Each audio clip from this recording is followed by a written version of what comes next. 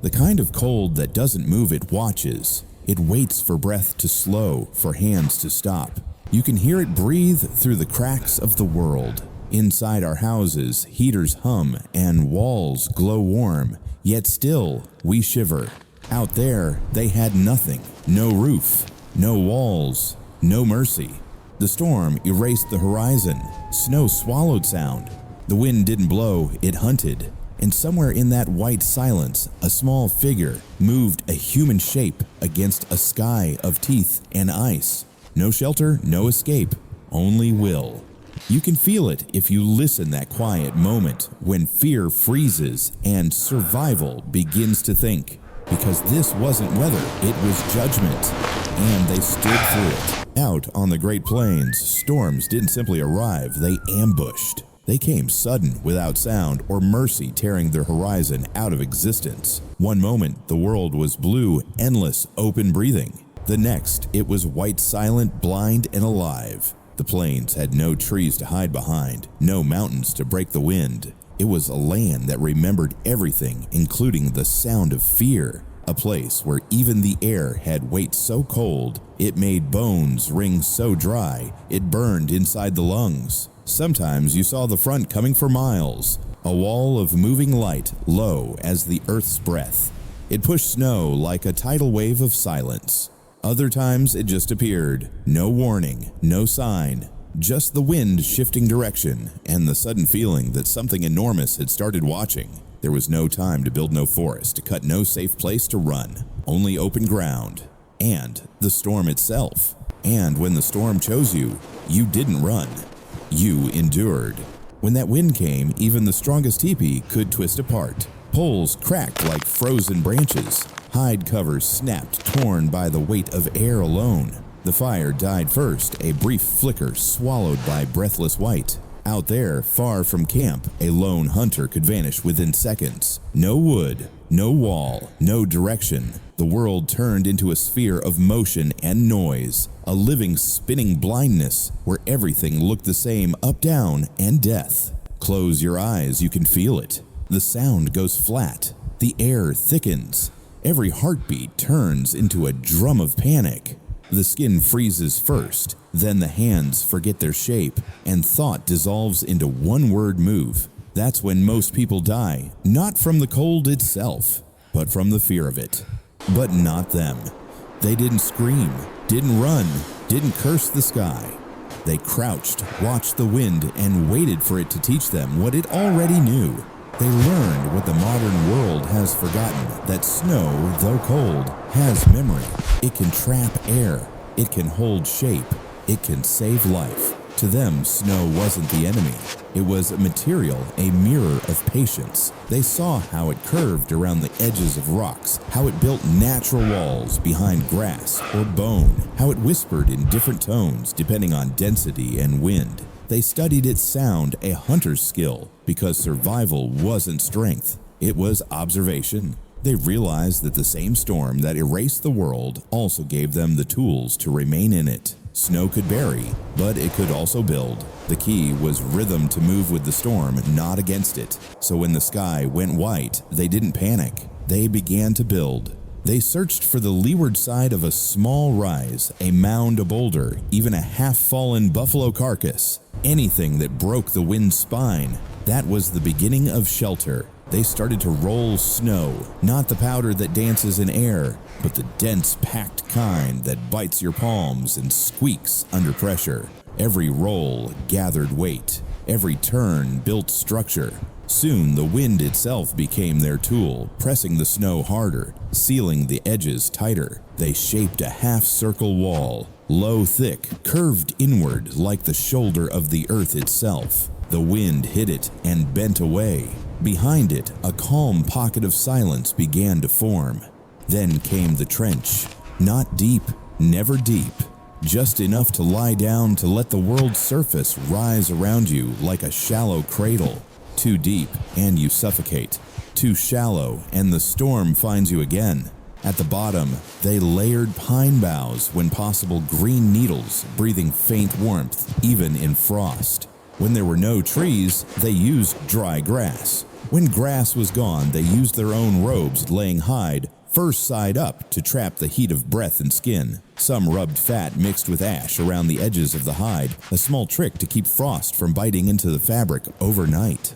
Others packed the seams with loose snow, turning the cold itself into a seal against the cold. Over the top, they pulled another hide or blanket, pinning the edges with snow, leaving a gap the size of a hand. Enough for air to breathe, enough for warmth to gather. It wasn't a room, it was a lung. Inside that pocket of stillness, the storm's scream faded to a hum, and the hum softened to nothing. Hands stopped shaking. Heartbeats slowed. Breath turned visible, a ghost that lived and disappeared with every exhale. There was no fire to see, but warmth returned, slow, human, undeniable. The snow that buried the land now protected them from it. No tools, no tents, only hands, rhythm, patience, and the will to keep shaping silence. You can imagine that kneeling in white, the wind clawing above, while beneath you, find peace in a world built from what was trying to kill you. Within minutes, the air inside could rise 30 degrees. It wasn't tropical, it was survivable. Fingers thawed, skin felt again. A world reduced to one breath at a time, but it was enough. Archaeologists still find those nights, black specks of soot in ancient melt layers, burned bone from small fires, shadows of trenches that once held a single heartbeat through the storm. They are not graves. They are proofs, small cold testimonies of discipline and mind. They didn't hide from the storm. They shaped it. Every wall of snow turned violence into silence. Every trench became an act of understanding, not defiance. To them, nature wasn't something to defeat. It was something to listen to. And when it spoke in wind, its voice cruel only to those who refused to hear. To fight the wind was to waste breath. To guide it to fold within it was to live another night and wake in the morning calm. That's what they mastered, not fire, not force, but stillness. Among the Cree, that hollow is called Aski Nipiu, the earth's breath. A plain name for a simple idea that warmth isn't always born from flame, but from patience, from knowing where the still air hides. If you ever stand in such a storm when the horizon disappears and the air becomes sound, remember this stillness is never far. It waits low to the ground, right where breath meets earth. Find it, shape it, breathe with it, because the storm isn't your enemy.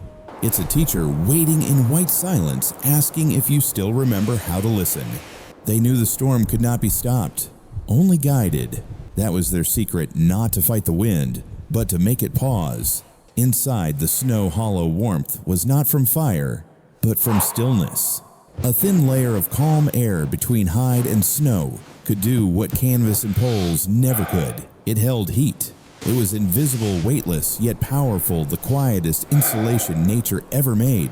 You can feel it if you've ever cupped your hands around your breath on a frozen morning. That small bubble of softness that refuses to die. That's all they needed. The trick was not to chase warmth, but to stop it from running away. Snow was the paradox of survival, cold to touch, yet a keeper of heat, once pressed together. Loose flakes breathe too much, but pack them tight, and they trap air like wool. The colder the storm, the better the seal. That's how the plains taught them the same snow that killed the careless would save the calm. To modern ears, it sounds impossible, but snow shelters can stay near freezing inside, even when the air outside cuts to 40 below. It's not magic, it's physics, shaped by patience. Their bodies became the furnace. Every breath, every heartbeat fed the system. Inside, heat radiated off skin and hide, rose into the small air pocket, and returned again, cycling warmth in silence. The fur acted as a filter. It caught vapor, slowed loss, and kept sweat from freezing. Because out there, sweat was death. You sweat, you die, the elders said. And they meant it. The trick was rhythm work. Slow move, steady breathe through the nose. Never let the pulse outrun the breath. The cold was not the enemy. It was the measure, and they met it with discipline. Each tribe shaped the same wisdom in different forms. The Lakota used buffalo hide smeared with grease to seal the head of the snow pit. It kept air from leaking and reflected body heat back to the chest. They called it the second skin of winter. The Cree lay sideways, aligned with the wind, so the breath drifted out slowly instead of up. It was balance, the art of exhaling without losing life. The Ojibwe built small tinder mounds, tiny fires no larger than a hand. They heated stones in those brief flames, then buried them near the ribs beneath the hide. The stones glowed for hours, radiating a ghostly warmth. When dawn came, they would still be warm enough to touch. Some used willow bark under the body, thin, flexible, always dry. Others rubbed ash into fur to mask scent and prevent frostbite. Every act was deliberate, a conversation between body and storm. Even now, archaeologists uncover traces a ring of charred stones under Manitoba snow ash, sealed beneath layers of drifted time, a hollow burnished smooth by human heat. These are not myths, they are fingerprints of endurance, proof that warmth can be built from nothing but thought and breath. You can almost imagine it, a lone human shape beneath the snow, breathing slow, eyes half closed. The world outside a roar, the world inside still as held breath. They didn't conquer the blizzard, they adapted to it, folding themselves into its rhythm until survival became silence. That was their science, the science of stillness. Modern people fill storms with noise engines, lights panic, but those who came before filled storms with patience. They didn't fight the cold, they designed with it. And when the wind howled the loudest, they listened, because the first rule of survival wasn't fire, it was understanding what not to burn. You don't fight the wind, you let it pass.